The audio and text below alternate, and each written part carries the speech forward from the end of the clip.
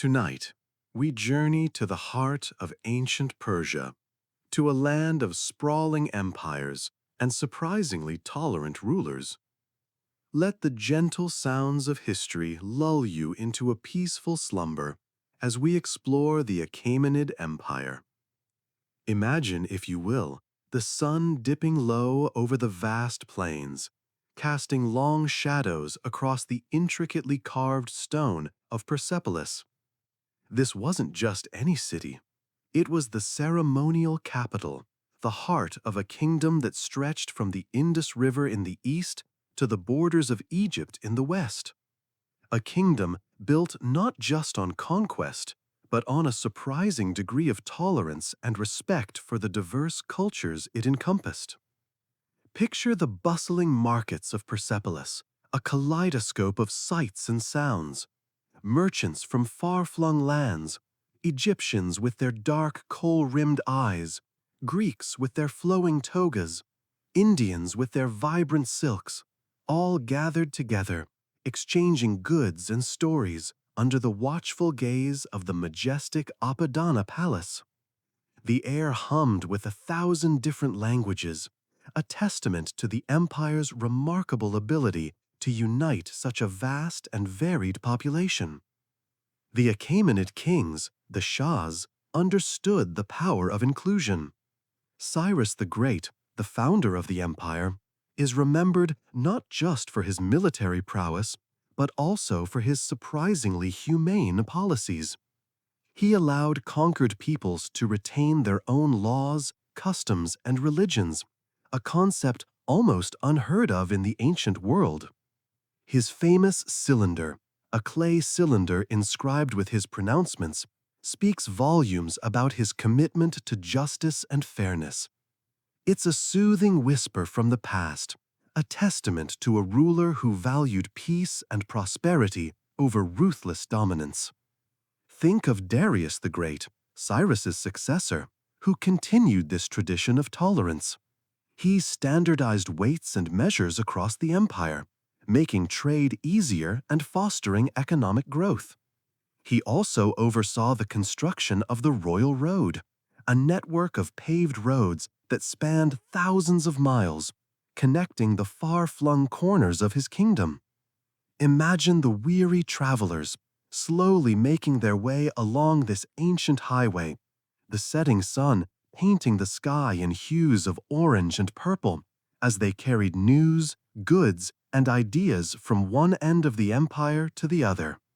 It was a feat of engineering, a symbol of unity, and a testament to the empire's ambitious vision. And then envision the grand processions at Persepolis, the heart of the empire throbbing with life. Royal officials in magnificent robes, soldiers clad in gleaming armor, representatives from conquered nations, all converging upon the majestic palace for lavish ceremonies. The sound of music, the scent of incense, the murmur of 1,000 voices, a scene of breathtaking grandeur, yet one that subtly speaks to the underlying principles of harmony and respect that defined the Achaemenid reign. As the night deepens and the stars begin to glimmer in the Persian sky, let these images, these whispers of Persepolis, transport you to a land of ancient wonders, a land of surprising tolerance, and a land where the echoes of a great empire continue to resonate even today.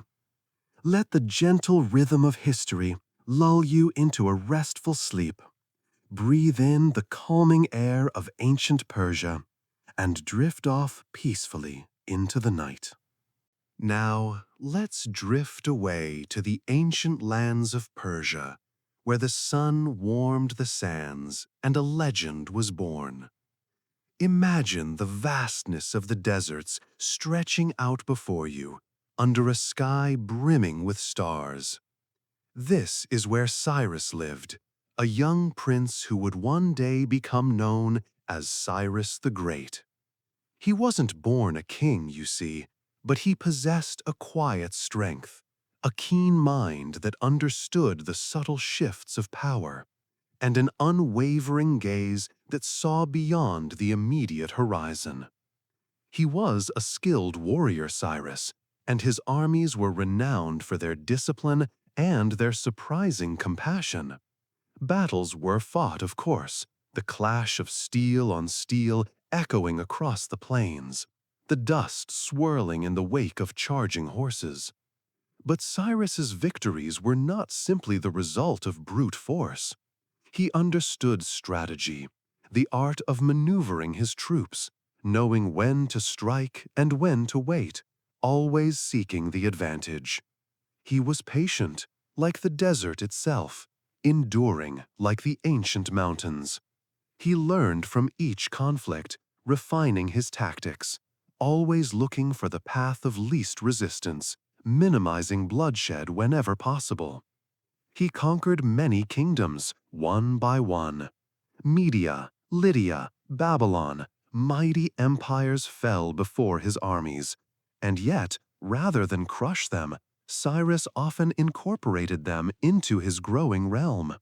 He understood that a unified empire was stronger than a fractured one. Think of the great rivers flowing together, becoming a mighty current instead of separate trickles. That's how he saw his empire. And here lies the remarkable aspect of Cyrus's rule, a gentle counterpoint to the harshness of war, his treatment of conquered peoples. While other rulers might have imposed their will through tyranny and oppression, Cyrus often adopted a more lenient approach. He allowed those he'd conquered to retain their customs, their religions, their very way of life. He didn't demand conformity. He encouraged unity under a common banner, a shared prosperity, but one built on mutual respect. He understood that diversity was strength, not weakness. Imagine the scribes in Babylon continuing to record their history and stories under his rule, their culture undisturbed. Imagine the merchants from Lydia still trading their wares, their unique skills contributing to the growing wealth of the empire. Cyrus didn't demand assimilation, he fostered integration, recognizing the value of different perspectives and traditions. He even returned sacred objects plundered by previous conquerors, demonstrating his respect for their beliefs. This humane approach wasn't just kindness, it was astute statesmanship. It ensured the stability and growth of his empire by fostering loyalty and minimizing unrest. His vast empire stretched far and wide, a testament to both his military prowess and his unusual diplomacy. He built roads and irrigation systems, fostering trade and ensuring a steady flow of resources. His rule wasn't just about conquest, it was creation, building a lasting legacy through peace and prosperity as much as through war. So breathe deeply now. Let the image of Cyrus's vast empire settle into your mind, a testament to strategy, compassion, and the enduring power of unity. And as the warmth of the Persian sun fades, drift off to sleep, remembering the surprisingly humane conqueror, Cyrus the Great. The sun dipped below the horizon, painting the sky in hues of orange and rose. Long shadows stretched from the majestic pyramids, silent witnesses to the passage of time and the rise of a new power. Cambyses II, King of Kings, sat upon his throne in Memphis, the ancient capital of Egypt, now a jewel in the crown of the vast Achaemenid Empire. He had come from Persia, a land far to the east, across deserts and mountains, with an army that seemed as limitless as the sands themselves. His ambition, however, was greater than conquest alone. He sought to unite these disparate lands under a single, powerful rule, a vision that would shape the course of history. Imagine the slow, deliberate march of his army through the Egyptian landscape. Think of the clash of cultures, the blending of Persian and Egyptian traditions. Cambyses, despite his military prowess, showed a surprising respect for the ancient ways of the Egyptians. He understood that true dominion lay not just in control, but in understanding and incorporating the strengths of the conquered. He did not seek to erase their history, but to add to it, to weave the rich tapestry of Egyptian civilization into the grand design of his empire. He studied their hieroglyphs, their intricate religious beliefs, the stories whispered among the priests and scribes. He learned of their gods, of their powerful pharaohs, their impressive irrigation systems, and the secrets held within their sacred temples. This was not a simple conquest. It was an exploration, a careful piecing together of two incredibly diverse worlds. He recognized the value of Egyptian craftsmanship, their knowledge of medicine and engineering, and subtly incorporated these talents into his expanding empire. The setting sun cast long, dramatic shadows across the bustling streets of Memphis. Merchants from across the empire bartered their goods, Persian silks and fabrics, alongside Egyptian linen and papyrus. The sounds of various languages mingled in the twilight air, Persian, Egyptian, and the many tongues of the subjugated peoples. A new cosmopolitan hub was created, a testament to Cambyses' vision of a unified empire, not simply through conquest, but through assimilation. Even the pyramids themselves, these ancient monuments to a past civilization, seemed to stand a little taller, a little prouder, under the watchful gaze of the Achaemenid king. The glow of the sunset on their weathered stone hinted at the enduring legacy of Egypt, a legacy now woven into the growing fabric of a far-reaching and astonishingly diverse empire. The whispers of the wind through the desert carried stories of expansion, of alliances forged across vast territories, and the slow, steady march of the Achaemenid Empire toward its zenith under Cambyses' ambitious reign. The night, quiet and calm, settled over the land, promising quiet dreams under the vast star-studded sky. Imagine the sun dipping below the Zagros Mountains, casting long shadows across the sprawling Persian Empire. The air, warm from the day's heat, carries the scent of dust and distant campfires. This is the world of Darius the Great, a name whispered with respect across countless miles of land. He wasn't born a king, you see, but he rose through the ranks, his ambition matched only by his skill in uniting a vast and diverse realm. Darius inherited a kingdom fragmented, a patchwork of loosely connected territories. He saw the chaos, the inefficiency, the constant threat of rebellion. And so he began to build, not with swords and shields, but with something far more enduring: organization. He divided his empire into satrapies, provinces governed by appointed officials, each responsible for collecting taxes, maintaining order, and ensuring the smooth flow of resources. Think of it like a vast, intricate network of carefully placed stones, each holding its place to support the whole structure.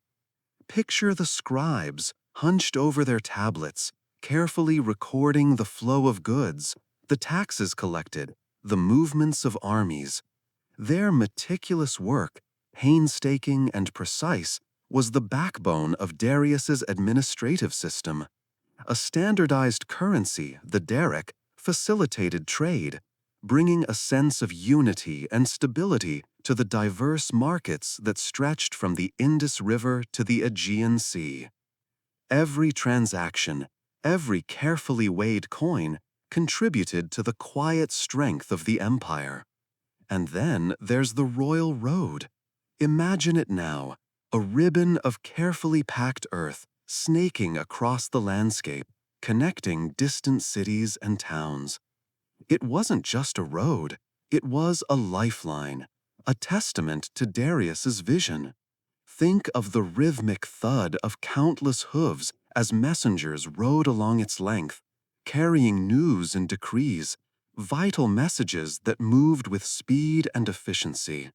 The royal road cut through deserts and mountains, bridging geographical distances and symbolically uniting the far-flung reaches of the empire under one rule. Picture the relay stations along the way, oases of rest and refreshment for the weary travelers. Imagine the warmth of the fire, the simple meal shared before another leg of the journey begins. The sounds of clinking metal, the low murmur of conversations, the soft snorting of horses, all blending into the comforting rhythm of life along this ancient thoroughfare. The royal road wasn't just a physical structure, it was a channel for communication, a conduit for trade, and a symbol of the unifying power of Darius's reign. It brought the disparate corners of his empire closer, fostering a sense of shared identity, a common purpose, a quiet understanding of belonging within the vastness of the Persian lands. As you drift off to sleep, let the image of the royal road wind through your mind, a peaceful, steady path stretching across the ancient world. The quiet hum of life along its length, the steady beat of hooves, and the enduring legacy of Darius the Great will lull you into a restful slumber. The sun dips low, casting long shadows across the dusty plains. Imagine yourself, if you will, a traveler on the royal road. It stretches before you, a ribbon of ochre and brown winding through the landscape, a lifeline connecting the vast Persian Empire. For centuries, it has pulsed with life, a constant hum of activity that never truly sleeps. Caravans, long lines of camels laden with silks and spices, slowly make their way along the well-worn path. The rhythmic thud of their hooves on the earth is a comforting lullaby, a sound that has echoed across these plains for generations. You hear the soft murmur of the caravan leaders, the gentle bleating of sheep, the occasional low groan of a burdened camel. The air is filled with the scent of exotic perfumes, the tang of unfamiliar foods, and the ever-present dust that clings to everything and everyone. These are not merely goods being transported. They are the threads of a vast cultural tapestry. From the bustling markets of Babylon, laden with intricate carvings and shimmering jewels, come rich fabrics and precious metals. They travel alongside bolts of exquisite Persian silks, their vibrant colors shimmering in the fading light. Pottery, strong and sturdy, crafted by patient hands, makes its journey westward, while from the distant east, fragile porcelain, each piece a tiny work of art, carefully travels under the watchful eyes of its keepers.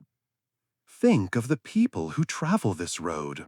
Merchants with sharp eyes and shrewd minds, their faces weathered by sun and wind.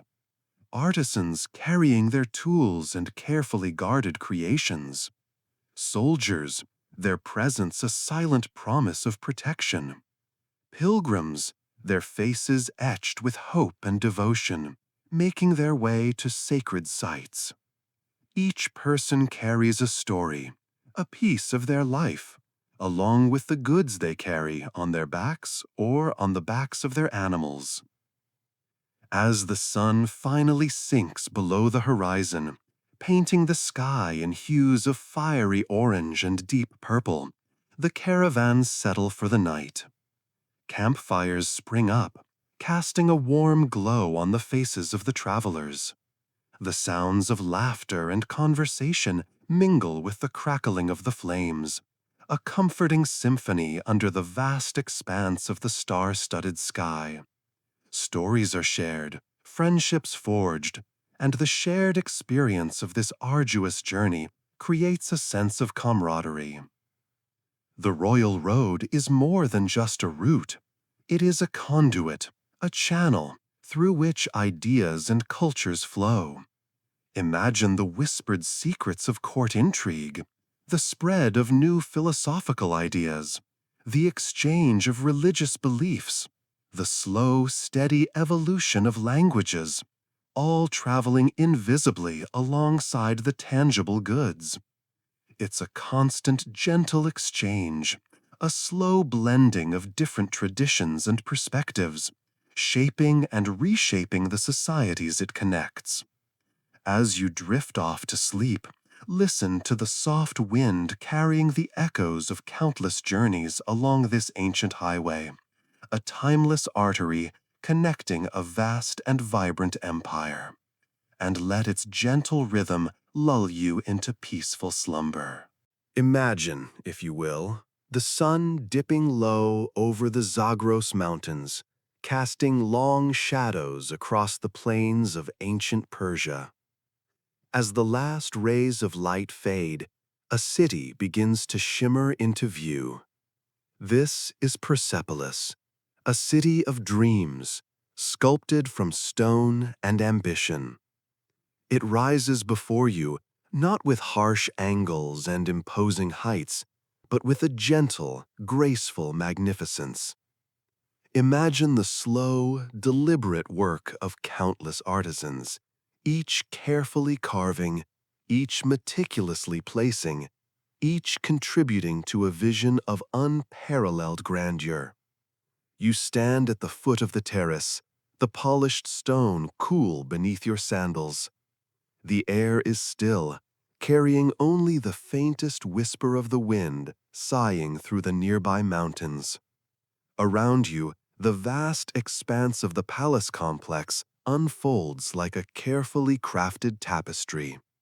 Each building, each column, each intricate detail speaks of a civilization at its zenith, a powerful empire reaching its fullest expression.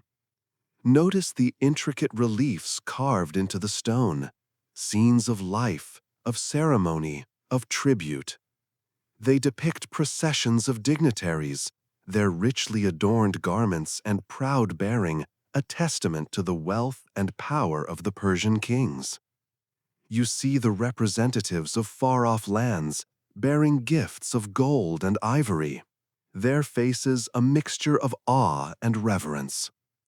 Each figure is subtly different, a whisper of their unique cultures etched into the stone.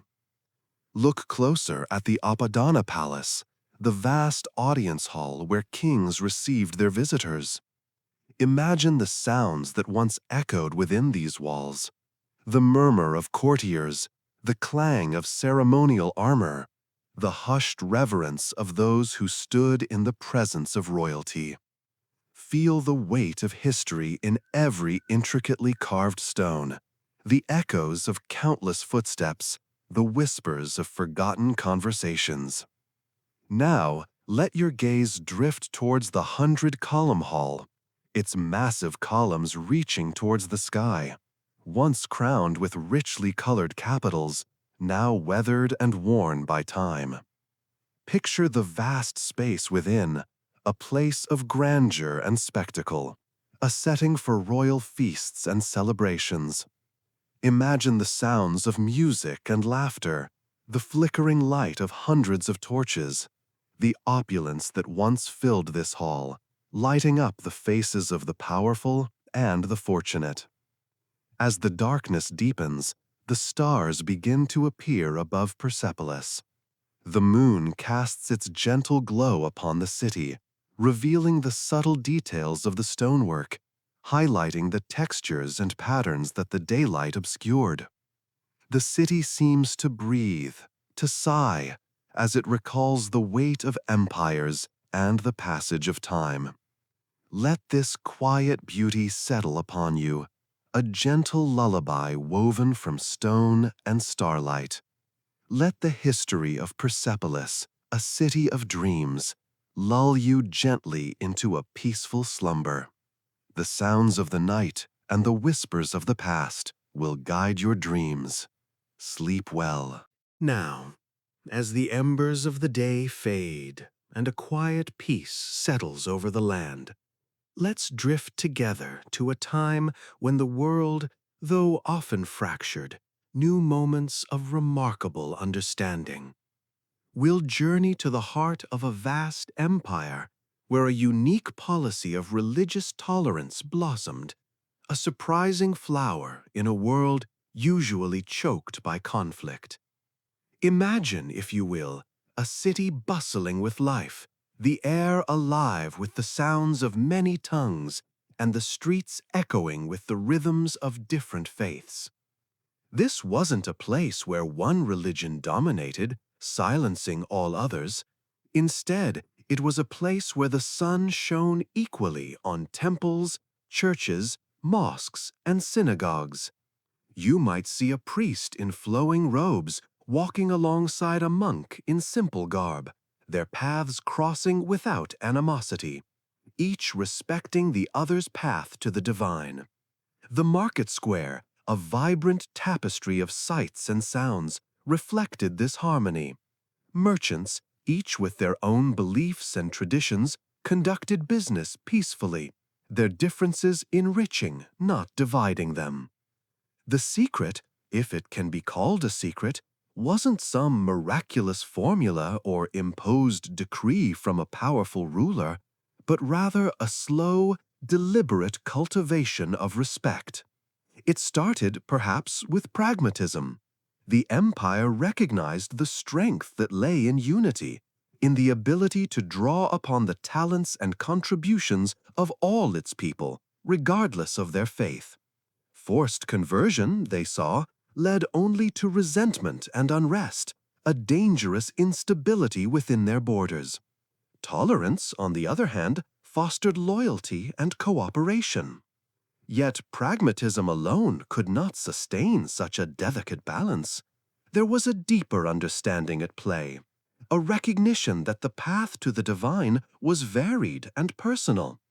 Different people, the empire seemed to understand, followed different paths, and the pursuit of spiritual truth was a journey unique to each individual. While the emperor might uphold the state religion, his authority didn't extend to dictating individual beliefs. It was a remarkable step for its time. This wasn't to say there were no challenges. Disagreements, misunderstandings, and even minor conflicts did arise. Differences in beliefs sometimes led to friction, and the empire's policy wasn't without its internal struggles. But there was a commitment to dialogue, a willingness to find common ground, and a system in place to mediate disputes fairly. Religious leaders from various faiths often met to discuss concerns, finding ways to coexist peacefully.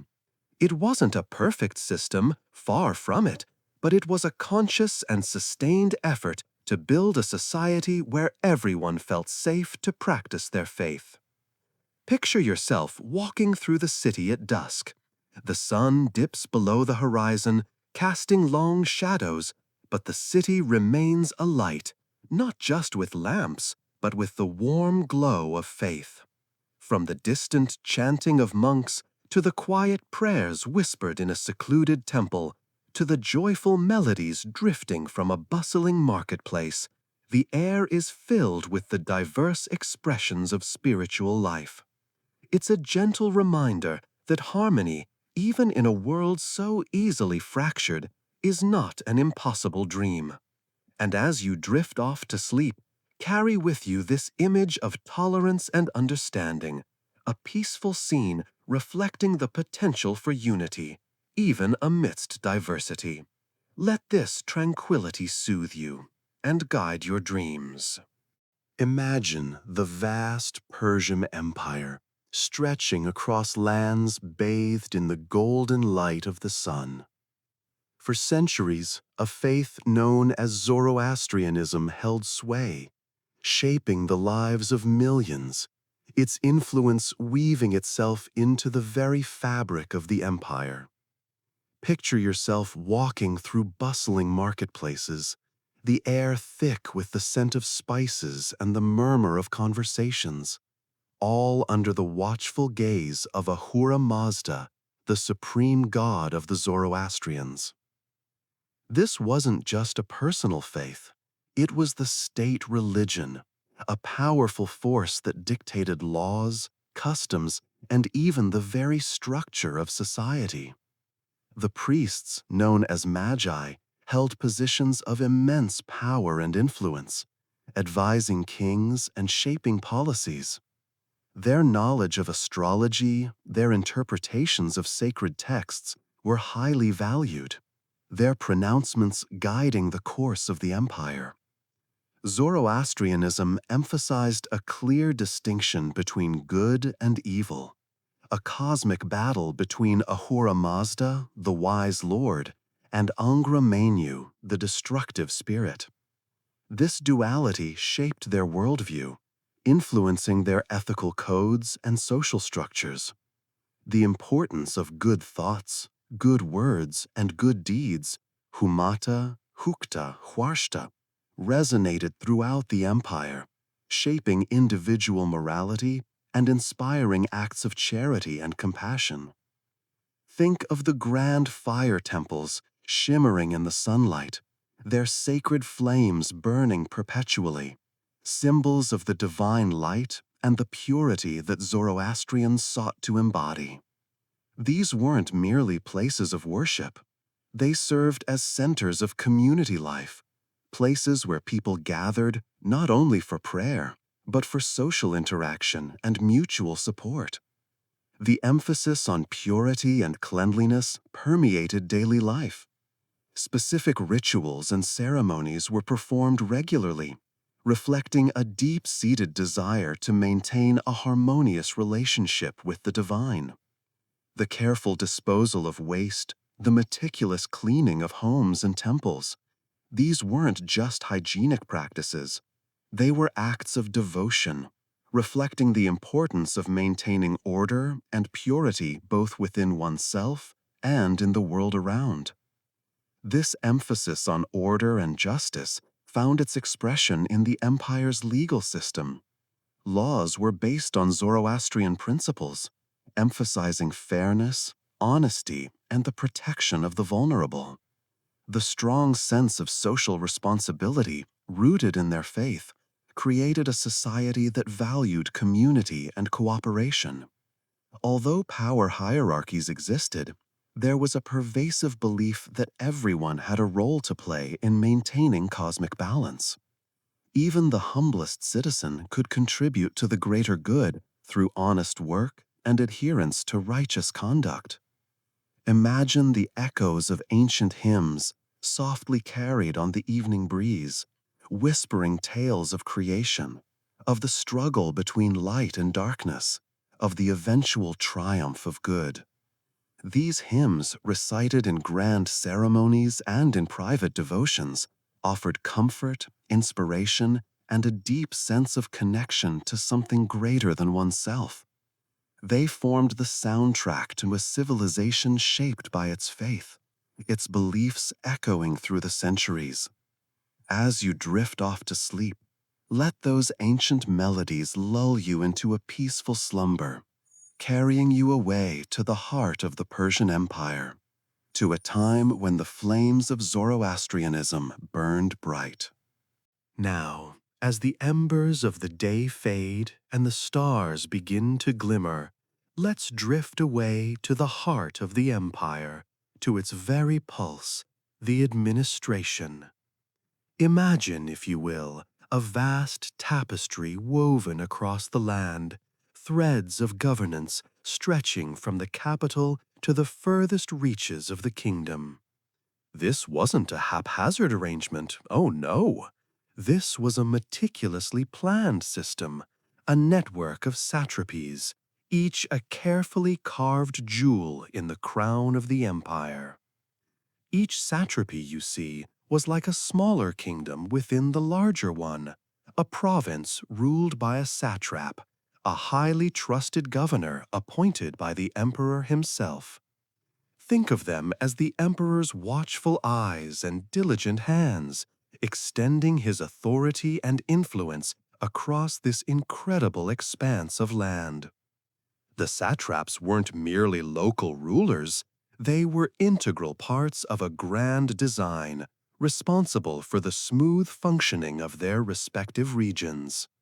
Their duties were vast and varied, a constant hum of activity weaving through their days.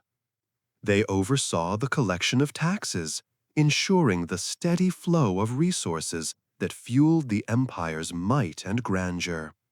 Imagine the careful accounting, the meticulous records kept, the intricate system of weights and measures, a symphony of organized logistics that kept everything running. They managed the distribution of grain and other vital supplies, ensuring the populace had enough to sustain themselves, to live and work and contribute to the riches of the empire. A disruption in this flow, even a small one, could have ripple effects felt far and wide. The satraps also commanded the regional armies, maintaining peace and order within their provinces, protecting the citizens from internal strife and external threats.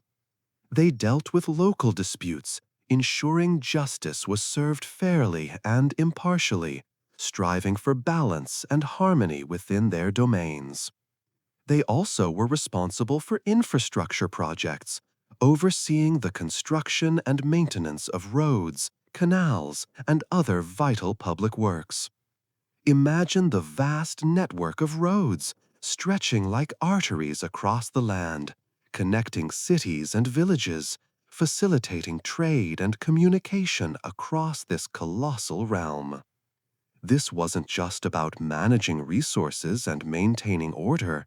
It was about cultivating loyalty and fostering prosperity.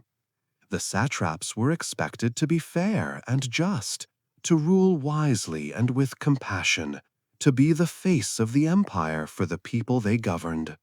They were responsible for the happiness and well-being of their subjects, and their success was measured not just by their efficiency, but by the contentment of their people.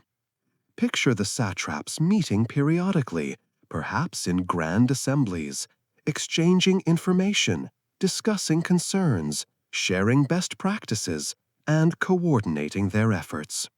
A steady exchange of letters, runners carrying messages across the land, ensuring communication flowed, linking this vast network together, creating a vibrant and responsive system of governance. It was a complex dance, a delicate balance of power and responsibility, of authority and autonomy, all carefully orchestrated to ensure the smooth functioning of this magnificent, far-reaching empire. And as you drift off, let the image of this meticulously organized system settle over you, a soothing reminder of human ingenuity and the marvel of ancient civilization. Imagine yourself transported to ancient Persia, to a time when the Achaemenid Empire stretched across vast lands, a tapestry woven from countless threads of different cultures. Picture the sun, a warm golden hue setting over Persepolis, the ceremonial capital. The air, still and quiet, carries the faint scent of distant wood smoke and the sweet perfume of flowering jasmine. This was a time of immense creativity, a blending of artistic styles as rich and varied as the empire itself. The Achaemenids didn't simply conquer, they absorbed and integrated, creating something entirely new, something breathtakingly beautiful. Think of the intricate carvings adorning the palaces, scenes of life unfolding in stone, processions of dignitaries, soldiers in their majestic uniforms. The vibrant colors, though faded by time, still whispering tales of power and prosperity. Notice the precision of the relief sculptures, each figure meticulously rendered, each detail painstakingly crafted. The royal figures, regal and imposing, are portrayed with a sense of calm authority, yet not without a touch of humanity. Their faces, though idealized, hold a certain stillness, a quiet dignity that speaks volumes about the ideals of the empire. You can almost feel the weight of their history, the echo of their voices carried on the breeze. Look closely at the architecture itself. The immense palaces, constructed from massive blocks of stone, are a testament to the skill and ingenuity of the Achaemenid builders. The columns, tall and slender, rise majestically towards the sky, supporting the weight of ornate capitals, intricately carved with stylized animals, perhaps a lion, a bull, or a sacred bird. These weren't merely structural elements, they were works of art in themselves. Observe the use of space, vast courtyards where sunlight danced and played, creating patterns of light and shadow on the polished stone floors. Imagine the sound of water trickling in the nearby fountains, a gentle murmur breaking the quietude. Picture the vibrant colors of the textiles, the rich tapestries that once adorned the walls, the shimmering gold and silver of royal jewelry and ornaments. These colors are lost to time, but their presence can be felt in the careful arrangement of shapes and forms. Consider the symmetry, the careful balance, the deliberate placement of each element. The Achaemenids understood the power of harmony, the importance of order in both the physical and spiritual realms. This is reflected in the measured proportions of their buildings, the carefully arranged patterns of their carvings, the rhythmic repetition of decorative motifs. Let the intricate details wash over you. The delicate floral patterns, the stylized animals, the repeating geometric designs. Each one a tiny jewel in the overall design, each one contributing to the overall sense of beauty and elegance.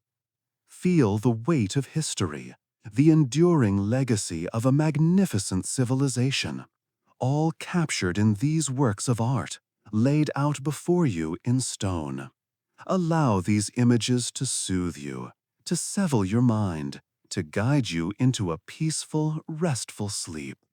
The sun dipped low, casting long shadows across the sprawling empire.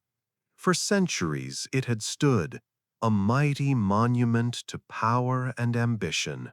But even the mightiest structures, like the sand castles built on a wide beach, are eventually worn away by the tide of time. This was the beginning of the end, a slow, subtle decline that would ultimately reshape the world. Think of the vast, sun-baked plains stretching as far as the eye could see, a landscape mirroring the empire's once seemingly endless reach. Now, cracks began to appear in the seemingly solid foundations. Internal conflicts simmered, like a pot left too long on the fire. Different factions, different generals, each vying for power, for a piece of the vast pie. Think of whispers in darkened halls, of hushed conversations behind embroidered tapestries. Loyalties shifted like the desert winds, alliances formed and shattered as quickly as desert mirages. The once unified army, the steel fist of the empire, now found itself fractured, its strength diluted by internal strife. Resources, once plentiful, now became a source of contention, each province grasping for its share, often at the expense of the whole. Imagine the weight of the crown, heavy on the shoulders of the emperor, the weight of expectation, of the past glories, of the myriad demands of a vast and diverse population. The pressure, relentless as the desert sun, chipped away at his resolve, at the empire's very strength. The central authority, once absolute, weakened, its grip loosening on the far-flung provinces. Governors, once loyal servants, became independent rulers, carving out their own domains. The once unified tapestry of the empire began to unravel, thread by thread. And then, from the edges of the known world, a new force emerged.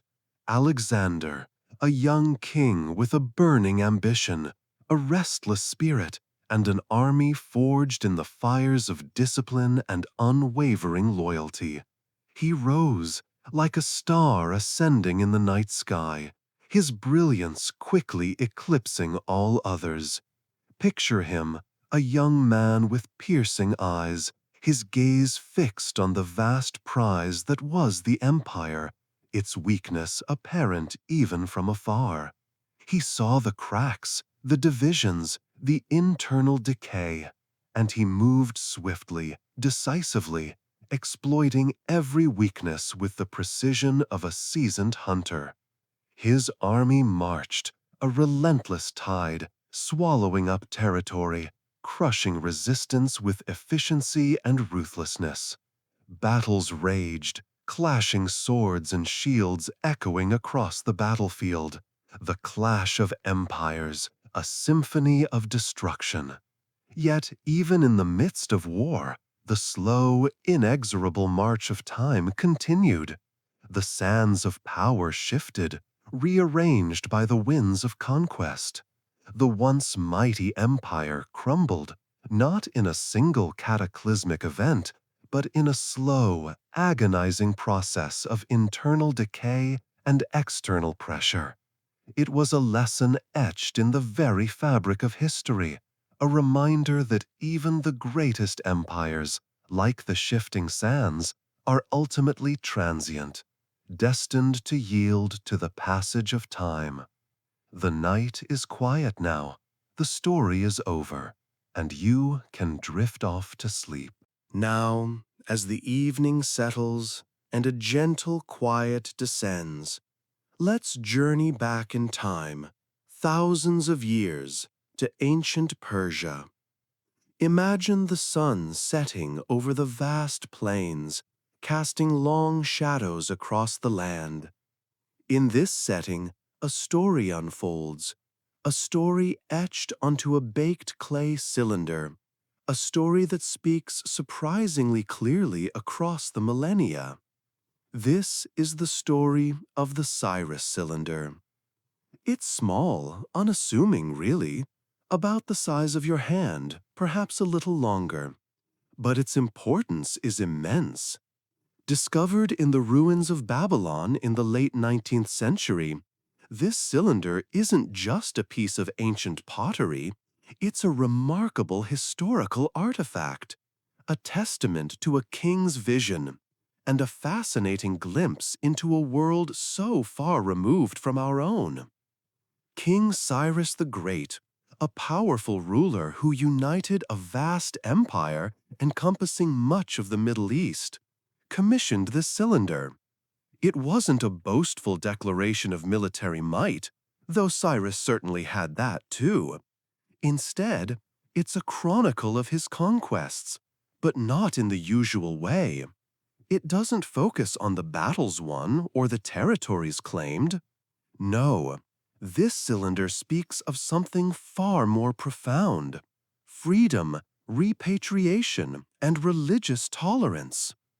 Cyrus, the text tells us, liberated the people of Babylon, freeing them from oppression. He didn't simply conquer, he allowed them to return to their homes, to rebuild their temples, to practice their religions without fear of persecution. He even ordered the restoration of their sacred objects, artifacts taken by previous rulers. Imagine the relief, the hope this must have instilled in a people long subjected to tyranny. Picture them returning to their homes, families reunited, the sounds of their prayers echoing once more within their temples. The cylinder isn't perfect, of course. It reflects the values and biases of its time. Yet, within its ancient script, we find a powerful message, a message that resonates even today. The principle of allowing people to return to their homes, to practice their faith freely, to rebuild their lives. These ideas, though expressed in a very different context, are remarkably similar to the fundamental human rights we hold dear.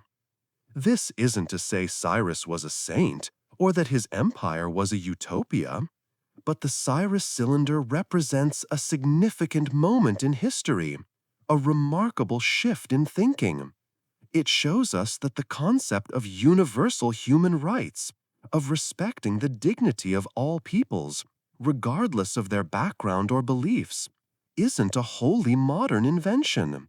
The seeds of these ideas, the yearning for freedom and tolerance, were present even in the ancient world. Let the words, though millennia old, wash over you now as you drift towards peaceful slumber. Feel the echoes of Cyrus's decree, a promise of freedom and respect, gently settling within you. Let the sense of peace and tolerance emanating from this ancient cylinder fill your thoughts as you gently fall asleep. Sleep well. Now, as the embers of the day fade, let's drift gently into the echoes of the Achaemenid Empire. Imagine, if you will, the vastness of their realm, stretching from the Indus River to the Nile. Their influence, like a slow-moving river, shaped the lands they touched, leaving its mark long after the empire itself had fallen. Think of it as a quiet, enduring legacy, woven into the fabric of history. The Achaemenids, you see, were masters of administration. They built a sophisticated system of satrapies, provinces governed by appointed officials. This wasn't just about controlling territory. It was about creating a framework for efficient governance, ensuring the smooth flow of resources and communication across their immense empire.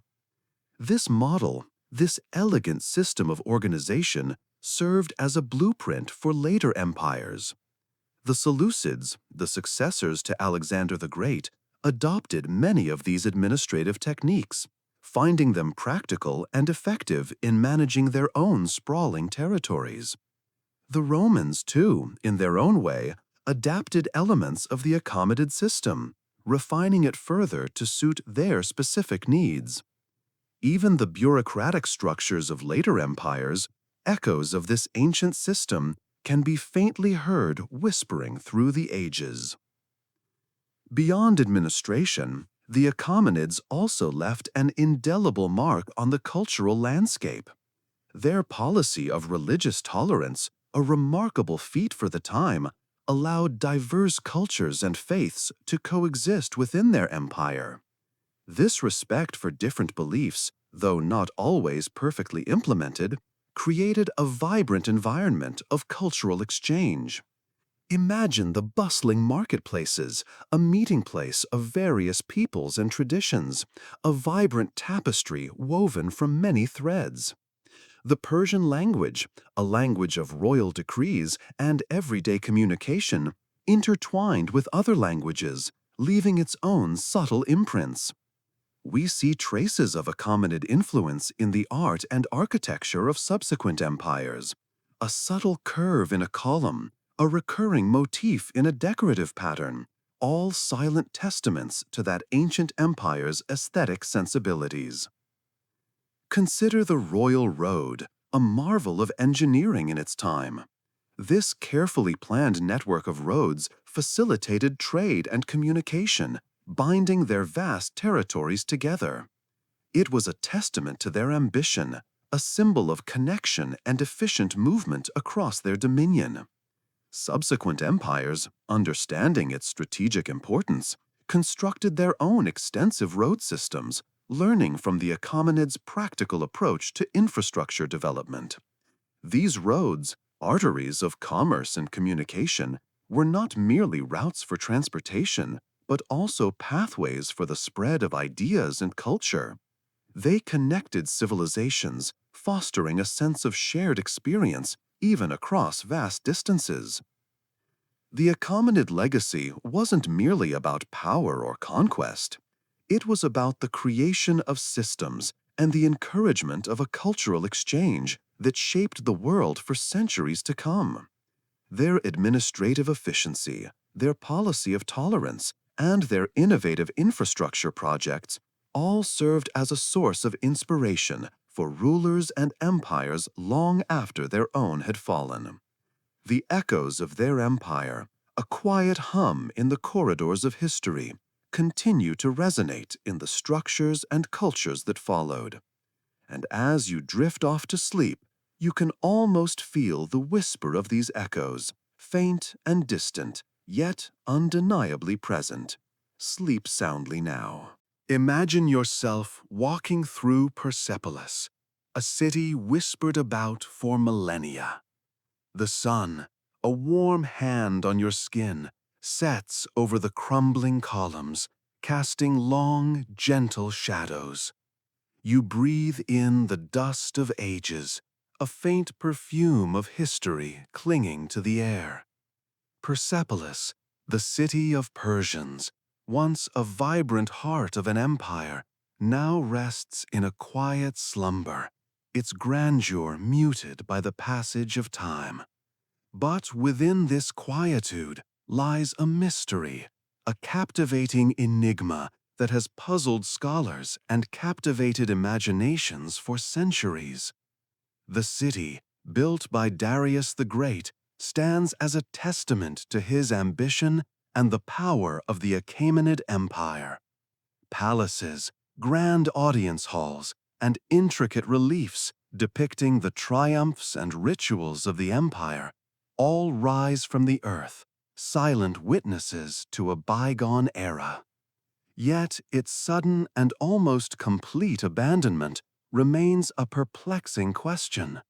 Was it a gradual decline, a slow erosion of power leading to its desertion? Or was there a more dramatic event, a catalyst that forced the city's inhabitants to flee, leaving behind their lives and belongings? Historians offer several theories, each weaving a different narrative. Some suggest that Alexander the Great's conquest, though not directly causing the city's immediate desertion, marked a turning point. The burning of Persepolis, a potent symbol of the empire's downfall, possibly led to a gradual shift in the political and economic landscape, rendering the magnificent city irrelevant. The ensuing centuries brought further challenges, perhaps natural disasters or shifts in trade routes that ultimately contributed to its demise. Others point to the changing environment. Perhaps the once fertile plains surrounding Persepolis gradually dried up, making the city less habitable. Or perhaps there were internal conflicts, rebellions that weakened the city's infrastructure and led to its eventual abandonment. Perhaps the very grandeur of Persepolis proved to be its downfall, its immense scale demanding unsustainable resources. As you wander through its remnants, you begin to understand the depth of this mystery. Each stone holds a story. Each relief whispers of triumphs and tragedies. But these stones remain stubbornly silent about the precise reasons for the city's desertion. The secrets of Persepolis are not easily yielded. They are buried within the layers of dust and decay, hidden beneath crumbling walls and forgotten foundations. Even today, archaeologists continue their patient work, uncovering new fragments of the past, slowly piecing together the puzzle.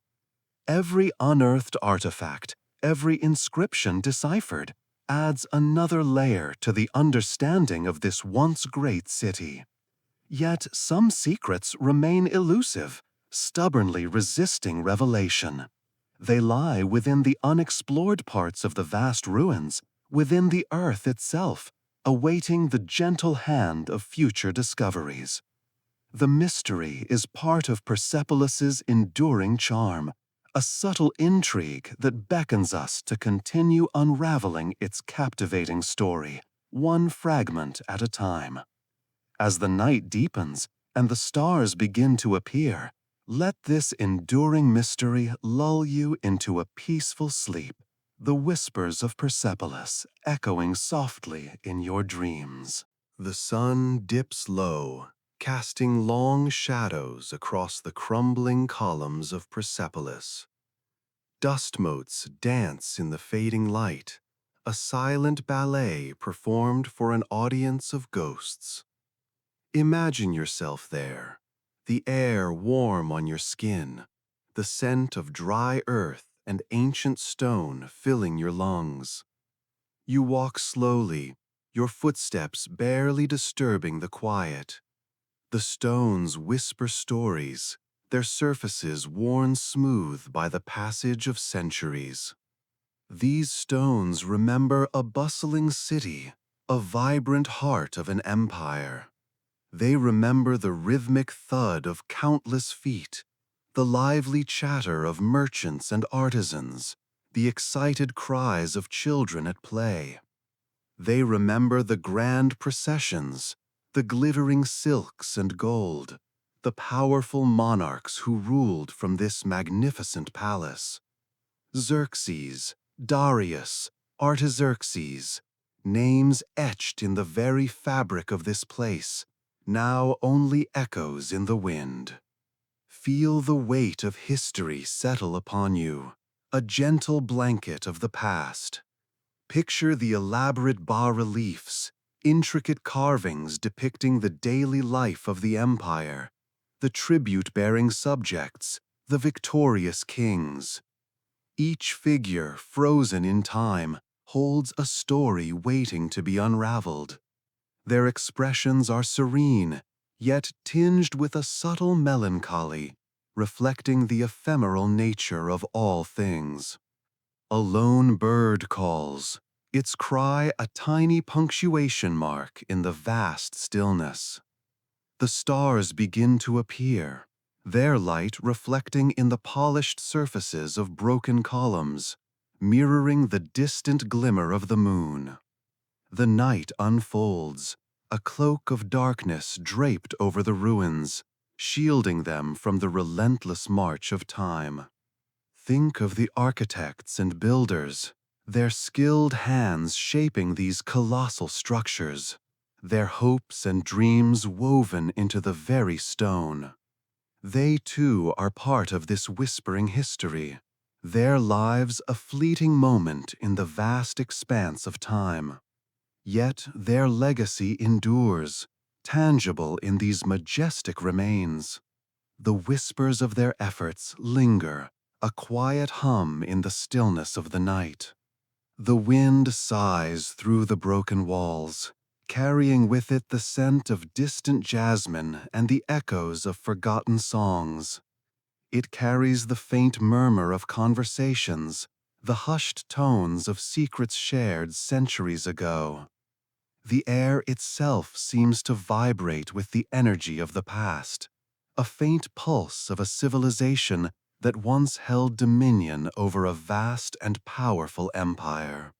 You are here, a visitor to this ancient place, a silent observer of its quiet grandeur. The weight of millennia rests lightly on your shoulders, a gentle reminder of the impermanence of all things. As you stand among these ruins, you feel a connection to the past, a sense of belonging to the vast tapestry of human history. Let the sounds of the night lull you into a peaceful slumber. The whispers of Persepolis will continue their silent song, a lullaby for the ages, as you drift away into the realm of dreams, cradled by the echoes of a lost empire. The sun dips low over Persepolis, casting long shadows across the palaces and ziggurats. Imagine, if you will, the bustling city at the heart of the Achaemenid Empire, a realm stretching from the Indus River to the edge of Egypt, a tapestry woven from countless cultures and beliefs. Darius, Xerxes, Cyrus, these names echo through the ages, rulers of an empire vast beyond comprehension. But let us not focus solely on the grandeur of their conquests, the might of their armies, but rather on the quieter aspects of their reign, the subtle nuances of power and tolerance that shaped their world and continue to resonate with ours. Think of the Royal Road, a marvel of engineering, a pathway that not only facilitated the swift movement of troops and messages, but also the flow of ideas, goods, and people across the empire. Merchants from distant lands plied their trade, sharing their stories and customs, their spices and silks. Artisans, skilled in the crafts of their homelands, contributed to the vibrant mosaics and intricate carvings that adorned the royal buildings. Imagine the sounds of many languages mingling in the marketplaces, a symphony of human interaction, a testament to the empire's remarkable diversity. Now, consider the concept of tolerance within this framework of power. Was it true tolerance, born of a genuine respect for differing beliefs? Or was it a pragmatic strategy, a means of maintaining control over such a vast and disparate population? Perhaps it was a blend of both, a complex interplay of political expediency and genuine openness. The Cyrus Cylinder, a clay cylinder inscribed with a declaration of Cyrus the Great, speaks of his liberation of the people of Babylon, his respect for their religious practices. Is this evidence of a benevolent ruler, a champion of religious freedom? Or is it clever propaganda, a calculated move to secure the loyalty of a conquered people? History offers no easy answers. The Achaemenid Empire, like any empire, had its contradictions. There were undoubtedly instances of oppression, of forced assimilation, of cultural clashes. Yet, the very existence of the empire for over 200 years, its remarkable longevity, hints at a level of stability, a degree of social cohesion that is rarely achieved on such a vast scale. Consider the intricate system of satrapies, each governed by a local official, allowing a degree of autonomy while maintaining central authority. Think of the standardization of weights and measures, the promotion of trade, the relative peace that allowed for cultural exchange and artistic flourishing. As you drift off to sleep, let these thoughts linger gently in your mind. The Achaemenid Empire, with all its complexities, stands as a testament to the enduring tension between power and tolerance, conquest and cooperation. The legacy of this ancient civilization serves as a reminder of the intricate tapestry of human interaction, a tapestry woven from threads of both conflict and coexistence. Let the image of Persepolis, bathed in the golden light of the setting sun, lull you into a peaceful slumber. Let the whisper of ancient winds carry you to a place of rest, where the echoes of empires fade into the quiet murmur of the night. The air hangs heavy with the scent of jasmine and rose, carried on a soft night breeze, whispering through the cypress trees of an ancient Persian garden. Imagine yourself there, nestled amongst the cushions of a cool stone pavilion. The moon, a silver disk in the inky sky, casts long shadows that dance and sway with the gentle movement of the leaves. Far away, you hear the quiet murmur of a nearby stream, a constant, soothing lullaby. The night is alive with the chirping of crickets, a chorus that blends seamlessly with the distant, rhythmic clang of a blacksmith's hammer, a familiar sound from a nearby village, now softened by the distance. It's a comforting rhythm, a reminder of the day's work completed, the hands now resting, the mind slowing. You feel the coolness of the stone beneath you, a pleasant contrast to the warmth of the air. Perhaps you are dreaming of a bustling marketplace filled with the vibrant colors of silks and spices. The air is thick with the scents of cardamom, saffron, and myrrh. You hear the chatter of merchants, the lowing of camels, the clinking of coins. It's a vibrant scene, yet from your quiet pavilion, it's a distant hum, a gentle background noise to your peaceful slumber. Or maybe your dreams drift towards the majesty of Persepolis, its grand columns reaching towards the heavens, a testament to a powerful and ancient civilization. You see the intricate carvings, the stories etched in stone, whispering tales of kings and queens, of battles won and empires built. These grand images, even in your sleep, feel comforting, a connection to something vast and enduring. The stars begin to prick the velvet sky, each one a tiny spark in the vast expanse. They seem to twinkle just for you, a personal constellation guiding you towards peaceful sleep. Think of the ancient Persian astronomers charting the celestial movements, seeking order and meaning in the universe above. Their quiet contemplation mirrors your own peaceful state. Close your eyes now. Feel the gentle warmth of the night air on your skin. Let the sounds of the night, the crickets, the distant stream, the soft breeze wash over you, carrying away any worries or anxieties. Let the quiet beauty of the Persian night surround you, enfolding you in its peaceful embrace. Imagine the scent of night-blooming jasmine, sweet and intoxicating. Feel the cool smoothness of polished marble beneath your fingertips. Hear the whisper of the wind through the ancient trees. Each breath you take is a step further into a realm of deep, restorative sleep. The night is long, the stars are bright, and the ancient garden is silent except for the gentle sounds that lull you into a peaceful slumber. Let the gentle sounds of the night carry you away to a peaceful sleep.